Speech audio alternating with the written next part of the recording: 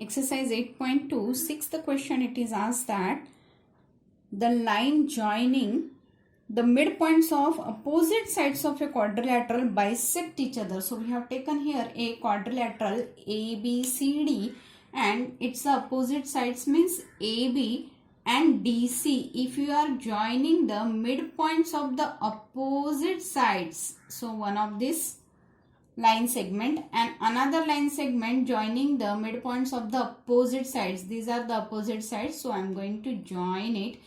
I have to show that these gets bisected. Let us take it as the point O. It means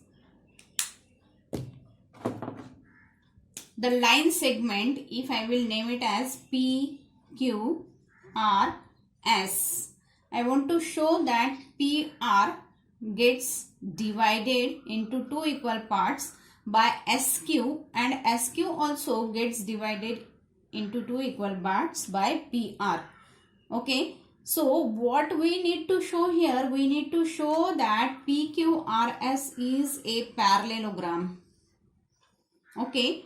And then PR and QS will be its a diagonal. So already we know that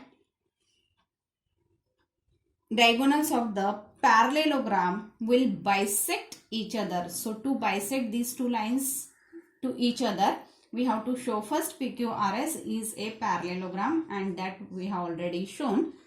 Okay, you can follow the steps given in first question. This is your homework. Now, according to the given information, we have drawn the diagram. It is said that ABC is right angle triangle at C and M is the midpoint of the hypotenuse AB. Now, through M, a line is drawn which is parallel to BC and intersect EC at point D. So, according to given information, this will be the diagram. D is the midpoint of AC. So, what we can see in this triangle, we have to show D is the midpoint. A triangle ABC, in triangle ABC, what we can see, M is the midpoint and line passing through M, it means DM is parallel to BC. So, according to the converse of the midpoint theorem, we can say that D is the midpoint of AC. Therefore, D is midpoint of AC. By what? By converse of midpoint theorem. Okay. This is your first required part. Now, in second one, what is asked? It is asked to show that MD is perpendicular to AC. MD is this and AC is this. Okay, already it is given that MD is parallel to BC and we are going to consider AC is a transversal. It means corresponding angles must be equal. Okay, so angle C is equal to angle D. What is the reason? Corresponding angles. Now, how much is the angle D? Angle D is equal to 90 degree. Therefore, angle D is equal to 90 degree. 90 degree means what? Means we can write down that MD is perpendicular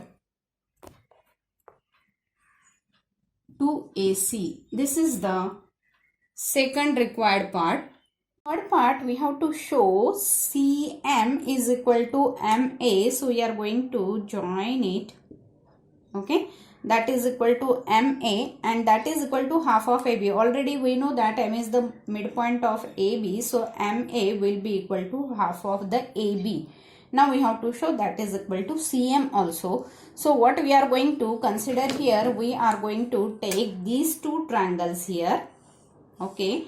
And these two triangles, we are going to show that they are congruent. So, how we can show? Now, in triangle ADM and triangle CDM. Already we have shown DM is perpendicular, so It means that angle D, both sides, it will be 90 degree.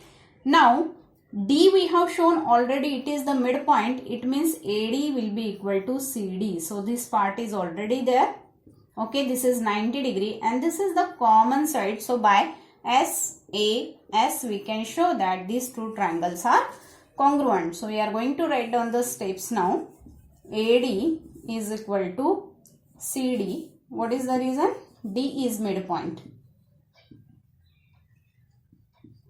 This is already we have shown in 1. Okay, angle D, that is angle ADM, is equal to angle CDM. Both are 90 degree. This already we have shown in second part. Okay.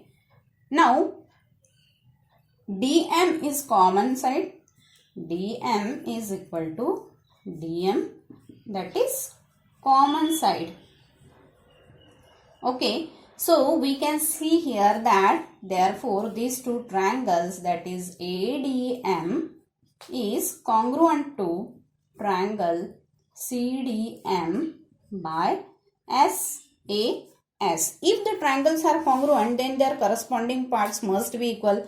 So what are the corresponding parts here? AM to CM. Therefore,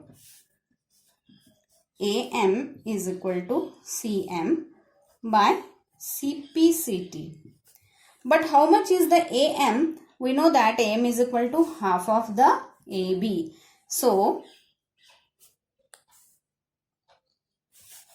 here CM is equal to AM is equal to half of the AB, and that is only it is asked to prove, and we have shown it here.